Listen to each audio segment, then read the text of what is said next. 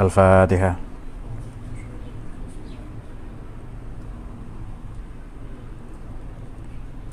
Allahumma shalli ala sayyidina Muhammad. Salatullahi wa salam ala man uhiyal Qur'an wa ahli baitihil kiram wa sahbihi zawil Qur'an wa sahbihi zawil Qur'an. Salatullahi wa salam ala man uhiyal Qur'an wa ahli baitihil kiram wa sahbihi zawil Qur'an wa sahbihi zawil Qur'an. Salamullahi warridwan ala man azzamal Qur'an biqalbin khalisin nawa muhibbir raghibil Qur'an fatuba man ta'allama wa ba'du 'allamal Qur'an. Salatullahi wa salam ala man uhiyal Qur'an wa ahli baitihil kiram wa sahbihi dzawil Qur'an wa sahbihi dzawil Qur'an. Faza man takallama ma'ar rahmani bil Qur'an wa khaba man tajannaba alaihi la'natul Qur'an wa la qarina fid dunya wa lal ukhra siwal Qur'an. Wa salam ala man uhiyal Qur'an wa ahli baitihil kiram wa sahbihi.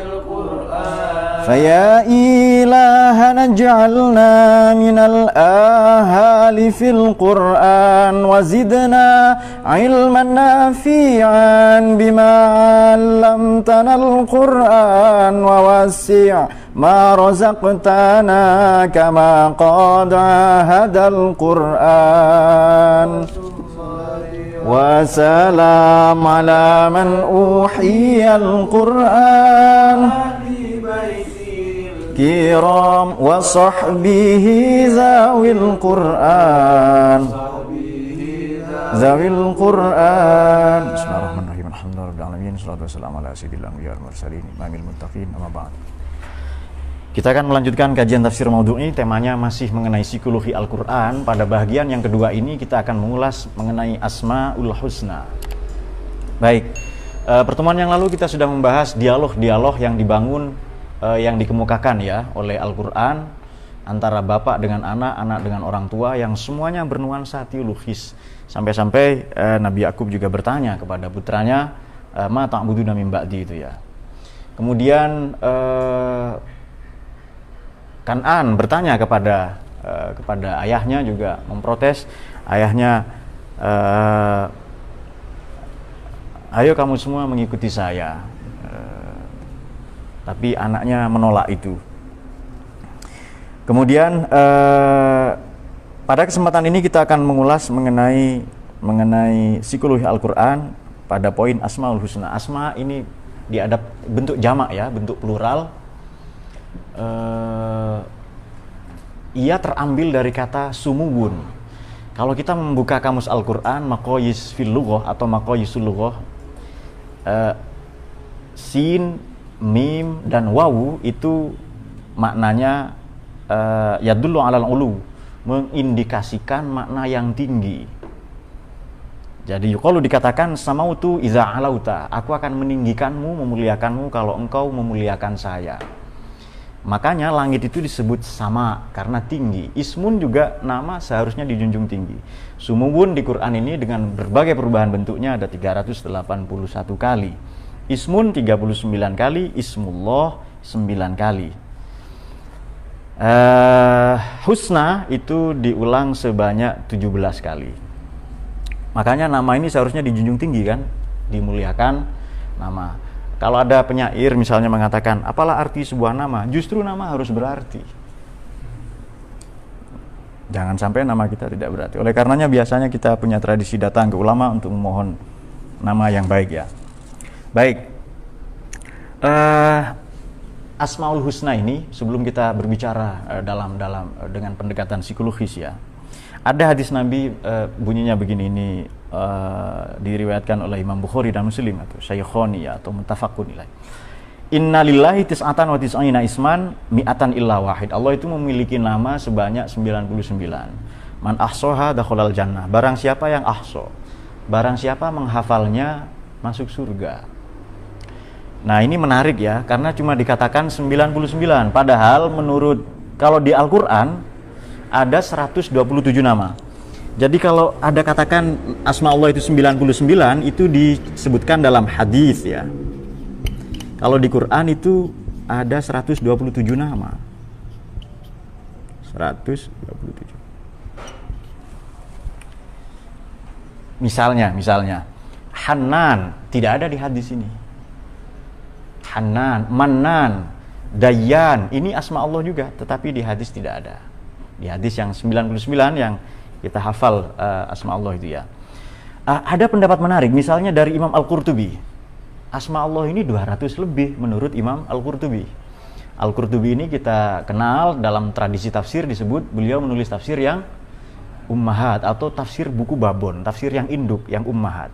Asma Allah justru bukan 99 tapi 200 lebih. Bahkan menurut Imam Abu Bakar Ibnul Arabi, bukan Ibnu Arabi ya, Ibnu Arabi ini Muhyiddin, Ibnu Arabi ini bukunya ada di sini. Tapi Abu Bakar Ibnul Arabi menyatakan asma Allah ini ada 1000 lebih. Berdasarkan risetnya atau penelitiannya.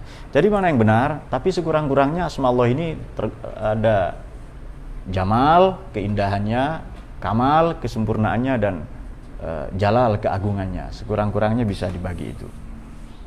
Baik, mengapa penting mengenal nama Allah? Segala sesuatu yang tidak memiliki nama tidak bisa didefinisikan. Ya kan? Tidak bisa didefinisikan. Panggilan sayang, misalnya panggilan yang kemarin, panggilan Nabi Nuh kepada putranya ya, yang ya itu kan 361 kali diulang di Quran. Ya bunayyar kam ma'ana. Ayo anakku naiklah bersamaku. Itu sudah diketahui namanya. Dan itu nuansanya teologis ya. Apapun yang tidak bernama kita tidak bisa definisikan apa, dan kita tidak bisa mengetahuinya. Personality, syakhsiyah, kepribadian itu diketahui setelah ada nama. Baik, misalnya saya bertanya, apakah kita mengenal Allah itu? Kalau dikatakan kenal, apa kita tahu semua tentang Allah itu? Atau jangan Allah, misalnya Nabi Muhammad, apakah Anda mengenal Nabi Muhammad? Tentu kita harus mempelajari sedetail itu, nama-nama itu. Saya sebagai lelaki yang normal misalnya, apakah keren kalau saya punya istri dan anak-anak menurut Anda? Tentu keren itu. Tapi bagaimana kalau hal itu disandingkan atau disematkan kepada Allah itu? Bagaimana kalau Allah punya anak? Justru tidak, justru terbalik itu. Maka segala hal yang baik menurut manusia sama sekali berbeda, sama sekali bertolak belakang jika itu disematkan kepada Tuhan. Sudah paham ya? Jadi misalnya yang baik, saya manusia lelaki yang normal, punya anak, punya istri, punya keturunan, bagi Allah tidak baik. Bagi Allah tidak baik itu. Nah oleh karenanya penting Allah ini memperkenalkan diri kepada kita. Saya kasih ilustrasi begini. Seumpama ada anak kecil bertanya tentang nikmatnya koitus.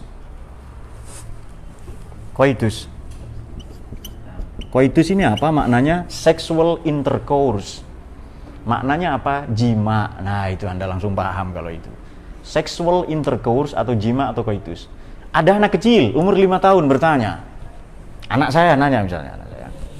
Yang ketiga ini kan hampir 6 tahun.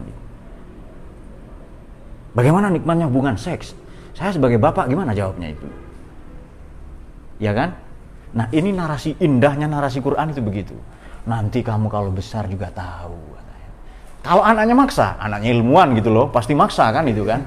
Karena rasa ingin tahunya tinggi. Bagaimana menjawabnya? Kita kasih contoh. Kamu tahu permen, susu misalnya, susu kotak ya, susu yang pakai sedotan, susu menggo itu. Tahu rasanya susu, rasanya permen tahu ya. Enak itu, enak, lezat, nikmat. Nah, sexual intercourse jauh lebih nikmat dari itu. Itu cara Quran menggambarkan. Asma-asma Tuhan bagaimana? Kamu tahu ini? Iya, tahu.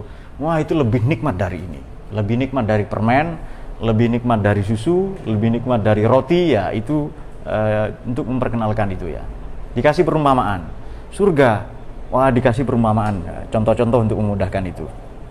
Baik, ismun 39 kali, ismullah 9 kali. Salah satunya, bagaimana Allah memperkenalkan diri, kita mulai dengan Iqra bismi rabbikal ladzi khalaqa. Allah memperkenalkan diri, namanya mula-mula sebagai Al-Khaliq, pencipta. Itu perkenalan Allah pertama kali kepada kita. Bahkan kelak Allah memperkenalkan nabinya, kekasihnya, manusia pertama, yakni Nabi Adam alaihissalam dengan lagi-lagi dengan asma, yakni wa'allama Adamal asma'a kullaha semardu malal malaikah. Allah mengajarkan kepada Nabi Adam asma-asmanya, nama-namanya yang mencakup segala jenis ontologi, realitas ontologis. Pada saat yang sama ia adalah segala bentuk bangunan atau prisma pemikiran, epistemologi pengetahuan, yang dengan itu kita sampai pada makna-maknanya, aksiologi ya, nilai-nilai dari itu semua. Jadi kualitas pertama Nabi Adam ini di Quran disebutkan 25 kali, sama dengan Isa. Kalau Nabi Muhammad hanya 4 kali, Ahmad 1 kali. Adam 25 kali. Yang pertama disebutkan ilmu. Asma ya. Allama, Allah mengajarkan Adama atau kepada Nabi Adam al-asma, nama-nama, realitas ontologis, nilai-nilai universal. Summa ardohum. Kemudian diminta Nabi Adam mendemonstrasikan pada para malaikat itu. Ini apa ini? Ini ilmu baru ini. Ini filsafat ini ya katanya. Tidak ada yang ngerti malaikat itu. Faqala ambiuni bi asma'iha in kuntum. Nah, itu dia yang sangat populer itu. Nah, dengan itu kita mengenal. Makanya di Quran itu kita diminta berdoa dengan nyebut Allah atau Ar-Rahman. Nah, ada redaksi Bismillahirrahmanirrahim di suratul Isra ayat 110. Qul ud'ullaha aw ud'ur rahman ayyama tad'u falahul asmaul husna. Ayo kamu berdoa dengan menyebut nama Allah atau nama Ar-Rahman. Dan Allah itu memiliki nama-nama yang baik, nama-nama yang indah. Husna ini sebenarnya isinya 3 ya, tidak hanya baik tapi benar, indah. Atau kadang diterjemahkan, saya lebih setuju terjemahan ini, nama-nama Allah yang suci. Itu dia. Kalau suci sudah pasti baik, bersih, indah, sudah pasti itu semua. Al-Quddus sama dengan Asmaul Al-Quddus ya. Yang itu menyiratkan sekurang-kurangnya Jamal, Kamal, dan Jalal. Keindahan, kemuliaan, keagungan, kesempurnaan. Nah, itu disebut asma. Karena nama itu tinggi tadi ya. Sumugun artinya tinggi. Baik. Mari kita membuka tafsir Fathul Qadir lil Imam Asy-Syaukani. Beliau wafat 1250. Ayya ma tad'u falahul asmaul husna innahuma mustawiyani fi jawazil itlaq wa husni du'a bihima. Itu sama saja. Kita nyebut Allah atau Ar-Rahman karena Ar-Rahman ini asma Allah yang paling dominan. Bagaimana? Rahmati wasi'at, sesungguhnya rahmatku ini mencakup. Tidak ada satupun di dunia ini yang keluar dari domain atau cakupan rahmat Tuhan. Kulla syai' ya. Sesungguhnya rahmatku ini mencakup segala sesuatu. Dan juga ada satu riwayat bahwa rahmat Allah itu kalau di persentase 100 umpamanya 100%, 1%-nya diberikan di dunia ini, disebutkan dalam satu hadis yang sangat populer ya. Dan dari satu rahmat ini, 1% ini, kuda-kuda mengangkat kakinya, kuda-kuda, induk kuda ya, karena khawatir menginjak anaknya. Kalau mau tahu rahmatnya Allah itu, ada induk ayam, tentu saja memiliki anak, namanya anak ayam, kecil-kecil itu, maka Anda ambil itu anak ayam itu, pitik ya, bahasa setempat, Anda mengambil itu, maka Anda akan diterjang, bahasa Jawa diteladung itu, oleh induk ayam tadi itu. Kenapa? Karena ada rahmatnya Allah itu. Ada kasih sayang induk kepada anak. Padahal ayam ini tidak pernah belajar kursus cinta mengenai kasih sayang, tidak pernah itu. Demikianlah kasih sayang Allah itu ya. Ibu menyayangi anak, bapak menyayangi anak istrinya, banting tulang juga, kadang banting setir juga, dia membanting dirinya sendiri dan segala rupa untuk membahagiakan anak istrinya. Ini semata-mata untuk karena ada rahmat itu, kasih sayang itu. Dan 99 diberikan di akhirat nanti. Kita uji sejauh mana pemahaman kita tentang asma. Tidak apa-apa di sini. Mungkin Anda terganggu dengan koitus ya. Kenal nama-nama Allah itu. Kalau pertanyaan pertama selesai, kenal, pertanyaan kedua, Anda paham nama-nama itu. Kalau pertanyaan kedua terjawab, kita naik level. Apakah nama-nama itu berkesan bagi Anda? Saya sebutkan asma Allah Al-Bar. Apa artinya itu? Kenapa Nabi Muhammad disebut Bariyah, Khairul Bariyah? Kenapa daratan juga disebut Bar? Fil barri wal bahri, zaharal fasad. Ya kan? Dan terjemahan di buku-buku, di Quran-Quran, itu terjemahan yang paling mendekati makna. Tentu tidak mewakili Quran. Jadi bar ini maknanya 3 sekaligus. Suci, indah, baik, benar itu ya. Bar ini juga bermakna lapang. Tanah lapang, tanah yang luas disebut bar. Zoharul fasadu fil barri wal bahri. Kalau ungkapan tidak mencerminkan perilaku tidak dilandasi oleh ilmu, itu disebut barbar. Iya memang, serius ini, ilmuwan ini Pak. Bahwa itu lucu ya bagi sebagian orang gitu. Dan manusia itu disebut bar juga, bariyah itu. Sehingga Nabi Muhammad juga disebut khairul bariyah, sebaik-baik manusia. Jadi itu maknanya bar itu ya. Jadi luas sekali. Karim, kadang diartikan mulia saja, padahal maknanya banyak sekali. Agung, murah hati juga karim. Di Quran disebutkan begini, rizkun karim, apakah rezeki yang mulia? Tentu tidak, itu rezeki yang memuaskan kita. Ada zaujun karim, malakun karim. In hadza illa malakun karim, ya kan? Ini bukan manusia yang membuat tangan-tangan mereka terpotong itu loh, perempuan-perempuan di zaman Nabi Yusuf itu. Kemudian ada suratun karim, ada fi suhufim mukarramah, ada kiramim bararah. Al-Qur'anul Karim, banyak lagi karim itu. Karomna bani Adam. Anda kumpulkan itu semua, buka kamus Maqayyisul Lughah, Mufradat al-Fadlil Quran, kemudian Basairu Dzawit Tamyiz, baru nanti ketemu makna karim itu apa. Dan terjemahan itu banyak kurang tepat sebenarnya, tapi tidak apa-apa lah, itu terjemahan yang paling mendekati. Kita buka Ma'alimut Tanzil Imam Al-Baghawi. Ini masih tafsir induk ya, Ummahat. Innahuma ismani liwahid, itu Rahman dan Allah itu nama untuk satu saja. Jadi silahkan berdoa menyebut Ar-Rahman, silahkan berdoa menyebut Allah, itu sama saja. Baik, tadi kita menguji pertama itu kenal atau tidak dengan asmanya Allah ya, Al-Husna, ini bentuk feminin ya. Kenal, kalau sudah kita tingkatkan paham. Pertanyaan berikutnya, berkesan atau tidak? Ada asar atau tidak? Ada taksir atau tidak itu? Kalau berkesan, maka kita akan meneladani sesuai hadis Kanjeng Nabi SAW, takhallaku bi akhlaqillah. Ayo kamu berakhlak dengan akhlaknya Allah yang tercermin dari asma-asmanya, nama-namanya yang luhur, yang agung, yang suci itu, yang sempurna itu. Misalnya, saya sebutkan saja satu asma Allah, misalnya Al-Muqsit. Ada, atau misalnya begini, Al-Muqsit itu ya, Bismillahirrahmanirrahim, la yanhakumullahu 'anil ladzina lam yuqatilukum fid din wa lam yukhrijukum min diyarikum an tabarru wa tuqsitu ilaihim. Innallaha yuhibbul muqsitin. Kalau Allah menyatakan saya mencintai orang-orang yang muqsitin, maka Dia sendiri Maha Muqsit. Itu cuma diterjemahkan adil, tidak tepat, kurang tepat itu. Yang tepat, qistun ini win-win solution. Supaya dua orang tidak saling kecewa, muqsit. Anak saya yang tua, yang besar dengan anak saya yang kecil, anak saya yang kecil merampas mainan kakaknya yang lebih besar.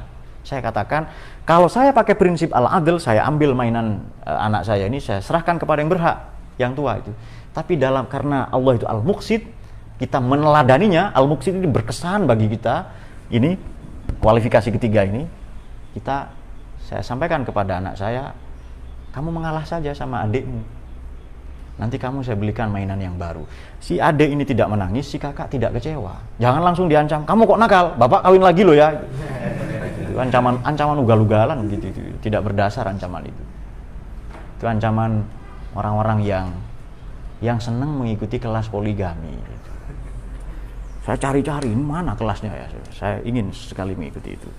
Tapi hanya iklan saja ini. Baik. Allahumma shalli ala sayyidina Muhammad. Baik. Silahkan berdoa. Jadi menyebut Allah itu boleh Allah, boleh Ar-Rahman. Dan Allah ini yang paling nyata ya. Memang Allah paling nyata, paling terang di dunia ini karena dia az-zahir. Sampai-sampai kita diperintahkan bersedekah itu dalam keadaan sendiri, siang, malam, sendiri atau rame-rame itu ya. Karena itu al-zahir dan al-batin. Allah itu kalau al-batin itu sangat nyata sebenarnya, sangat konkret.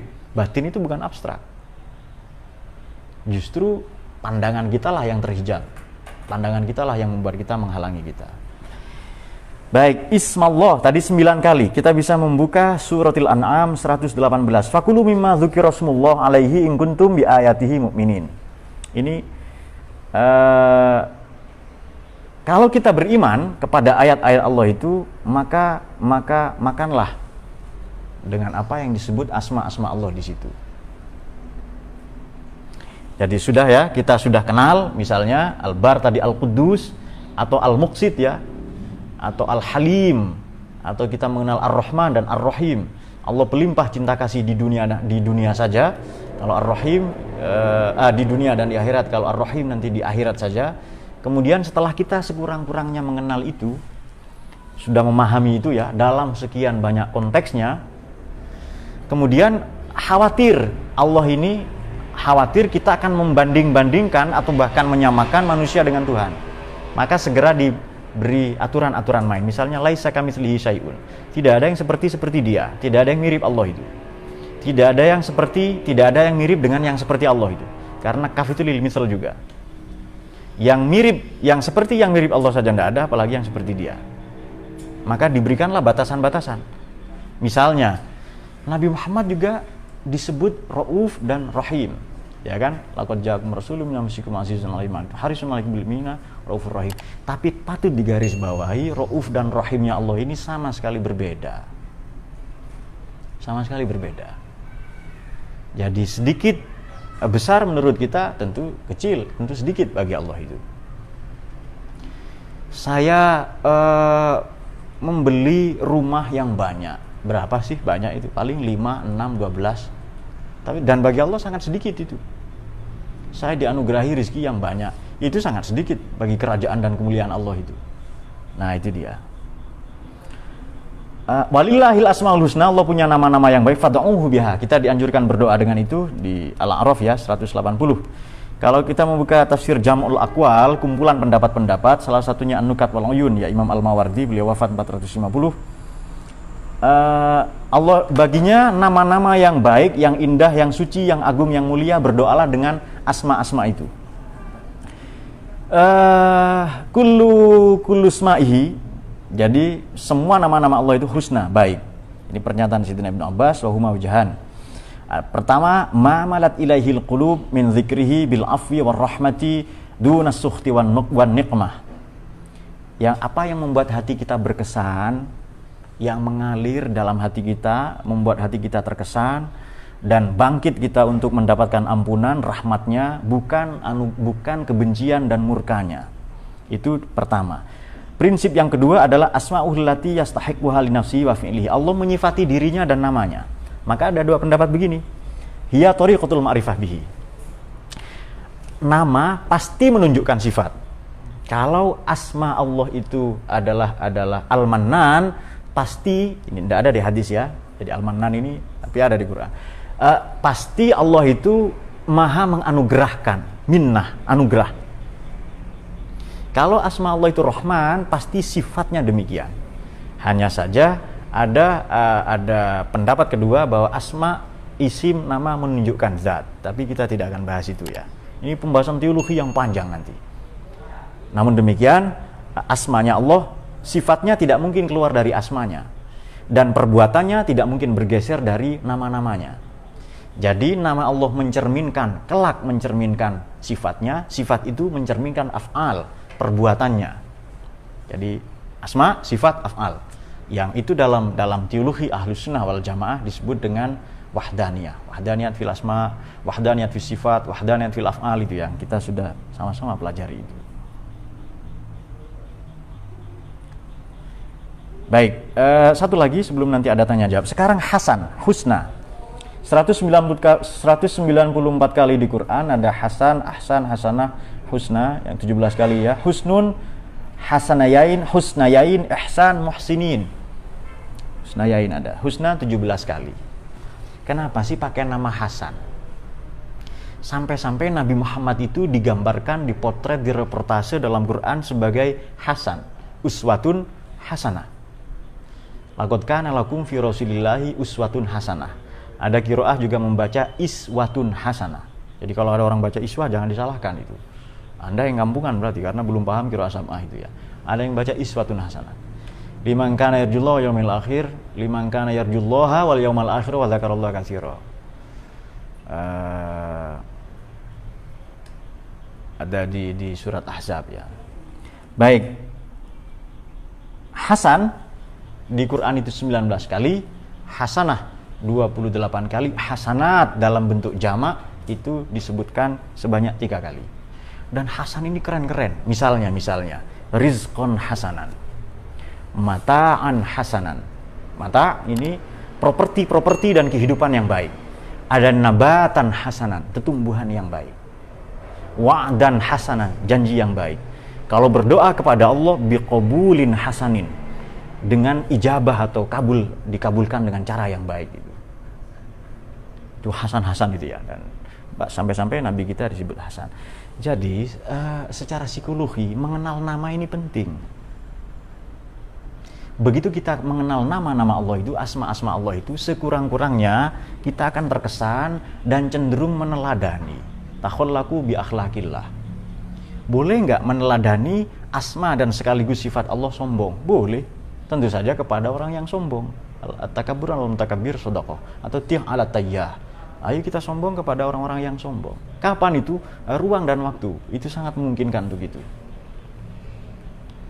Kemudian bagaimana dengan misalnya asma Allah itu yang al-mudil, yang maha menyesatkan?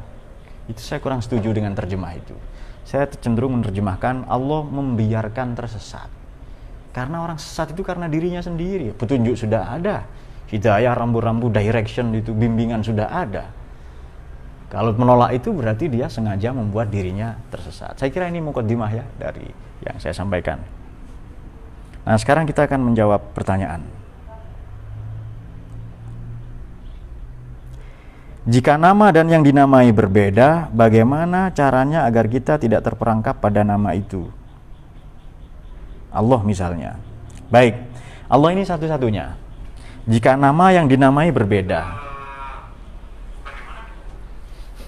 ada orang dinamai Allah itu tidak benar. Tidak boleh ada orang dikasih nama Allah itu Rahman itu ya. Harus ada Abdun ya, hamba. Abdullah, Abdul Rahman dan seterusnya. Seperti nama-nama Nabi Muhammad itu. Bagaimana supaya tidak terjebak dengan nama? Nama, oleh karena itu ada, bahkan di Quran ada redaksi tasmiyah, pemberian nama. Seharusnya kita sangat berhati-hati dalam pemberian nama atau menyebut nama. Ada orang ini, Nabi berulang-ulang kali diceritakan mengganti nama sahabat. Ada orang namanya buruk, Nabi mengganti yang baik. Ada orang ini namanya misalnya pahit, lalu diganti manis itu. Apa sebab? Karena sekurang-kurangnya ada 3 alasan ya. Mengapa tasmiyah ini penting? Mengapa pemberian nama penting? Menyebut nama yang di dalamnya ada doa, kemudian ada harapan-harapan orang tuanya. Kenapa penting? Kenapa nama ini mengindikasikan sifat, sifat mengindikasikan pekerjaan? Sekurang-kurangnya ada 3, di samping dalam tinjauan tafsir dan dalam psikologi ya. Nama ini bahasa Sanskerta. Kelak menjadi bahasa Inggris name.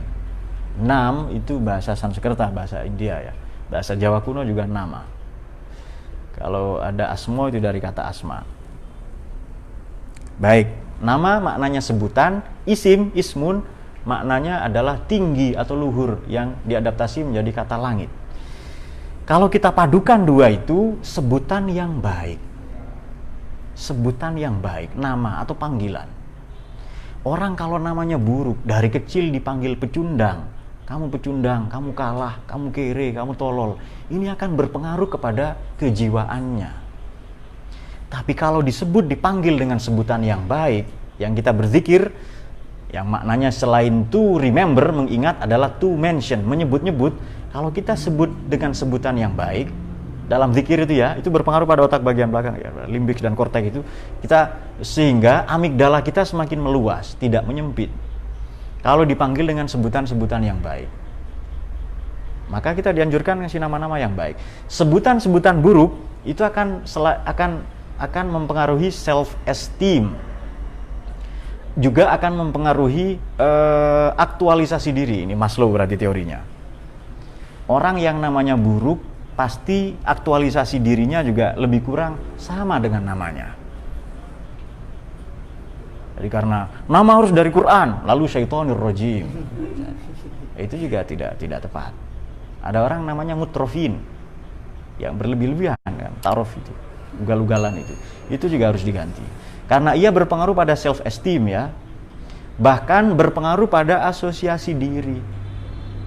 Makanya banyak orang mengganti nama, dan jangan malu, ganti saja kalau nama yang buruk. Bagaimana kalau namanya dalam bahasa Jawa, bahasa Sanskerta? Boleh, ada orang namanya Sugeng. Waras. Mana Pak Waras? Sedang dirawat di rumah sakit misalnya itu. Ada orang namanya Sabar, tapi berantem terus itu. Ada juga namanya Ribut, tapi damai terus dengan tetangga. Itu tidak sesuai. Namanya Sugeng, Waluyo, Raharjo, itu baik, silahkan.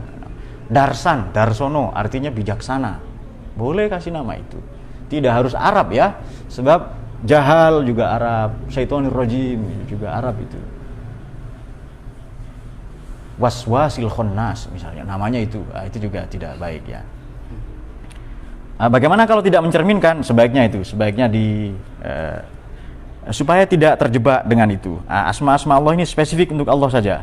Kalau kita mau mengikuti harus ada tambahan. Apa korelasi antara Ansori, asma Allah dengan sifat-sifat 20 yang wajib diketahui oleh ulama kita dulu, meski sifat kamalat Allah itu tak terhingga? Baik, kita sudah belajar wahdaniyat fis sifat, wahdaniyat fil asma, wahdaniyat fis sifat, wahdaniyat fil af'al. Kalau disebutkan asma Allah itu, sifat Allah itu 20 ya, Allah mawjudun qadimun baqi sampai muntakaliman itu sebenarnya hanya untuk mempermudah kita saja, untuk orang-orang awam khususnya. Apa korelasinya? Ya wahdaniyat. Apa sebab? Wujud itu tidak ada di Quran. Tapi ulama katakan di Quran kan cuma sama basor, kalam itu ya, qadiron ya, hanya ada itu. Tapi masa Allah itu kidam bakok sama basor, kalam, mutakaliman itu, kalau Allah tidak wujud, maka wujud itu disepakati itu pasti ada. Dan gaya bahasa Al-Quran tadi seperti anak kecil bertanya tadi itu. Kok begini? Allah itu bagaimana? Ayo sifatilah Tuhanmu. Katakan Muhammad, Allah Ahad, As-Somad, Lam Yalid Walam Yulad. Itu hanya untuk mempermudah saja.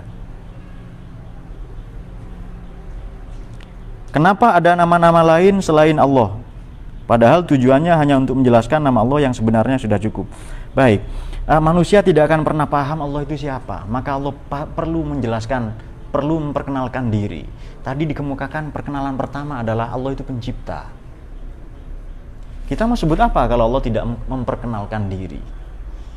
Jadi definisi itu ada karena Allah itu memberi nama pada dirinya sendiri. Kenapa ada nama-nama lain selain Allah barusan ya? Padahal tujuannya hanya untuk menjelaskan nama. Nama-nama selain Allah ini Rahman, pasti mencerminkan sifatnya. Satu, ini berhubungan dengan pertanyaan Mas Ansori tadi ya. Pasti mencerminkan perilakunya. Kita ambil misalnya begini. Hidup di dunia ini terjebak antara hidup manusia ya, bainal qabdi wal basti. Kalau tidak sempit ya luas. Otomatis itu ada asma Allah di situ. Al-Qabid ya kan, Al-Basid. Kok ada orang-orang tersesat itu? Pasti ada asma. Itu kan perbuatan. Itu pasti ada asma, pasti ada sifat, dan itu di dalam itu ada asma. Oh, berarti Allah itu Al-Mudil, Maha menyesatkan. Maknanya yang lebih pas apa tadi? Allah itu membiarkan tersesat. Ada orang diangkat derajatnya jadi presiden misalnya, Ar-Rafi. Ada yang kemudian jadi koruptor lalu tertangkap. Itu Al-Mudil, Allah Maha merendahkan. Jadi pada setiap realitas, sebutkan dari setiap realitas madzohir fenomena ini yang Allah tidak terlibat. Pasti ada wahdaniyat fil af'al. Yang itu artinya wahdaniyat fil sifat, yang itu artinya wahdaniyat fil asma. Boleh enggak nyebut asma saja untuk Allah saja, untuk penanya Prayogi Bagas ini? Boleh itu. Tapi tujuannya supaya kita lebih mengenal. Pertanyaan berikutnya dari Wong Serengseng ya. Jika dampak psikologis mempelajari Asmaul Husna adalah dengan meneladaninya, apakah tidak menyelingkuhi sifat mukhalafahnya? Wah, ini bagus ini. Meneladani Allah apakah tidak menyelingkuhi mukhalafatul hawadis? Laisa kamitslihi syai'un tadi itu. Laisa kamitslihi syai'. Tak ada sesuatu serupa dengan serupa, sekalipun ada batasan-batasan bukanlah itu juga menyerupai meskipun dengan kadar yang sedikit. Baik, meneladani Allah. Kita tentu sulit ya. Maka Allah mengutus para nabi, para rasul itu. Apakah kalau Allah Khaliq kita juga patut meneladaninya? Ya, kita harus kreatif. Dari barang-barang bekas, dari sampah-sampah itu kita kelola. Hanya saja perlu diketahui ya, Asmaul Husna ini menyiratkan al-kamal, kemahasempurnaan, al-jamal, keindahan, al-kamal, kesempurnaan, al-jalal, keagungan. Menyiratkan itu semua hanya kalau kita sangat terbatas. Apakah tidak menyelingkuhi? Tidak. Kita makhluk ini jelas berbeda dengan Allah itu. Meniru yang baik. Sebenarnya kan di Quran ada sering dikutip begini. Afala tatadzakkarun? Kok kamu lupa ya? Itu ada perjanjian psikologis. Ada perjanjian tak tertulis antara ruh kita dengan Allah, itu disebut alam dzar ya. Min dzurriyyatihim, dari tulang punggungnya Nabi Adam itu. Alastu birabbikum qalu bala syahid. Nah, kita sudah bersaksi. Hanya hidup ini banyak lapisan-lapisan itu ya. Banyak sekat-sekat, banyak awan-awan gelap bernama hijab. Maka Nabi datang, para Nabi dan para Rasul yang alaihissalam mengingatkan kita akan itu, perjanjian itu. Apakah tidak menyelingkuhi mukhalafatul hawadis? Tidak pernah itu. Karena manusia terbatas dan Allah Maha tidak terbatas. Kemudian kalau masih ada lagi, ini dari Mas Asep Dik Sodikin. Jika tidak seorang pun dapat dinamai dengan Rahman dan sebagaimana kecuali dengan menyertakan, bagaimana halnya dengan nama Ali sebagai salah satu dari nama Allah Asmaul Husna? Tentu beda. Ali ini Al-Ali ya. Tentu beda. Al-Ali itu Allah, itu spesifik Al itu ya. Dulu patung-patung berhala-berhala di sekeliling Ka'bah ada yang dinamai Allah itu. Makanya Kanjeng Nabi melakukan Tsauratul Aqidah, merevolusi akidah. Allah itu bukan ini, tapi Fatir, Khaliq samawati wal ardh, pencipta langit bumi. Adakah orang misalnya dikasih nama dengan seperti Al-Ali ya, nama Allah itu? Ya ada, tapi bukan Al itu ya, bukan Al. Tapi maknanya Ali saja. Dan Al itu yang spesifik hanya untuk Allah saja. Ini pertanyaan yang baik. Kemudian dari Iqbal, asma Allah yang paling jenengan sukai apa ya, beserta alasannya? Ini bukan pertanyaan begini ini. Ya semua yang disukai semua. Tapi sekurang-kurangnya Rahman ya. Atau Al-Muqsid, ini win-win solution tadi itu ya. Alasannya apa? Alasannya sekurang-kurangnya kita tidak membuat orang lain kecewa. Ini win-win solution ya.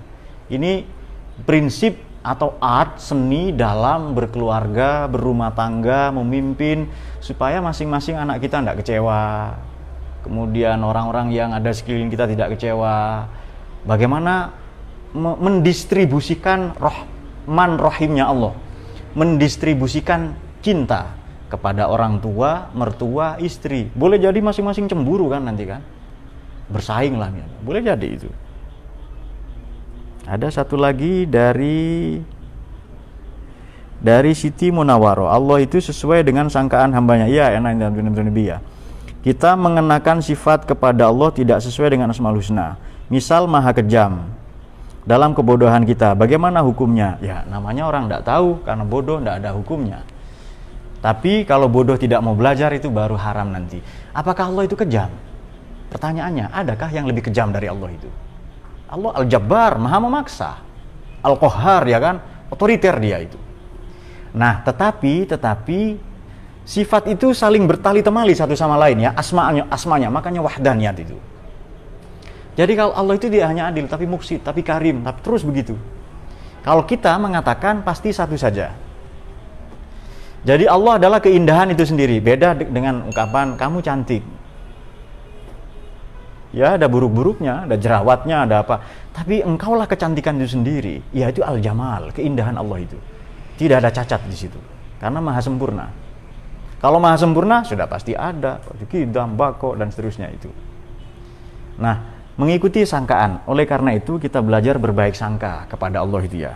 Karena itu akan manusia ini, kepada penanya tadi, akan menjalankan hidup sesuai prinsip hidup yang diyakininya. Kalau kita mengakui bahwa Allah itu baik, indah, keren itu ya, maka demikianlah kita memaknai hidup nanti itu. Dan perjalanan hidup manusia dimulai dari pandangannya, pemahamannya tentang itu. Kalau sudah kita paham, sudah kenal, memahami, dan itu berkesan bagi kita, maka kita akan menirunya. Misalnya begini, kadang kita terlalu semangat beragama, sampai-sampai beragama dengan cara melukai perasaan umat manusia atau umat beragama yang lain. Itu salah. Allah tidak pernah begitu. Jadi kalau hujan, kan doanya Allahumma sayyiban nafi'an misalnya itu. Pasti hujan ini seneng, para petani seneng, para pedagang seneng, yang nggak seneng cuma jomblo. Kadang disebut lajang ya. Seneng ya jomblo ya. Seneng karena ada orang keluar malam minggu itu. Nah, jadi kita perlu membangun prasangka-prasangka yang baik. Kalau kita tidak mengerti, belum mengerti, ya belajar. Bagaimana hukumnya? Ya tidak ada hukumnya, namanya orang tidak tahu ya. Tapi yang jelas Allah itu sangat manusiawi, dia sangat pengertian. Kita bisa mendekatinya dengan berbagai pintu, dengan berbagai mazhab. Caranya bagaimana yang benar? Bermazhab. Untuk sampai ke Jakarta, ikutlah kendaraan umum, transportasi umum, itu namanya mazhab. Boleh kereta api, boleh pesawat terbang, boleh bis, itu namanya bermazhab itu. Dan mazhab kita Aswadul A'zam adalah Ahlus Sunnah wal Jamaah itu. Dalam fikih, dalam tauhid, dalam akidah itu, supaya tidak ada pemahaman itu ya. Saya kira demikian, semoga dicahayai oleh Quran. Catatan yang paling penting dari pembicaraan kita adalah mari kita belajar mengenal Asmaul Husna, memahaminya. Kemudian begitu kita terkesan, kita akan setelah kita internalisir, tadkhil, kita akan menerapkan, mengimplementasikan takhrij Asmaul Husna dalam kehidupan itu. Baru nanti hidup itu damai. Sampai-sampai Nabi diutus demi rahmatan lil alamin. Kalau itu bisa itu. Maka sekurang-kurangnya segala bentuk kekacauan, doksa, keterlanjuran sistem dalam hidup ini akan terkurangi, akan tereduksi gara-gara kita menerapkan, mengimplementasikan asma-asma sucinya yang mencerminkan kemuliaan, keagungan, dan kesempurnaannya. Allahumma arhamna bil Qur'an waj'alhu lana imaman wa nuran wa hudan wa rahmah. Allahumma dzakkirna wa'allimna minhu ma jahilna warzuqna tilawatahu ana al-laili wa atrafan nahar hujjatan ya rabb. Allahumma fiqh lakum mituri. Assalamualaikum warahmatullahi wabarakatuh.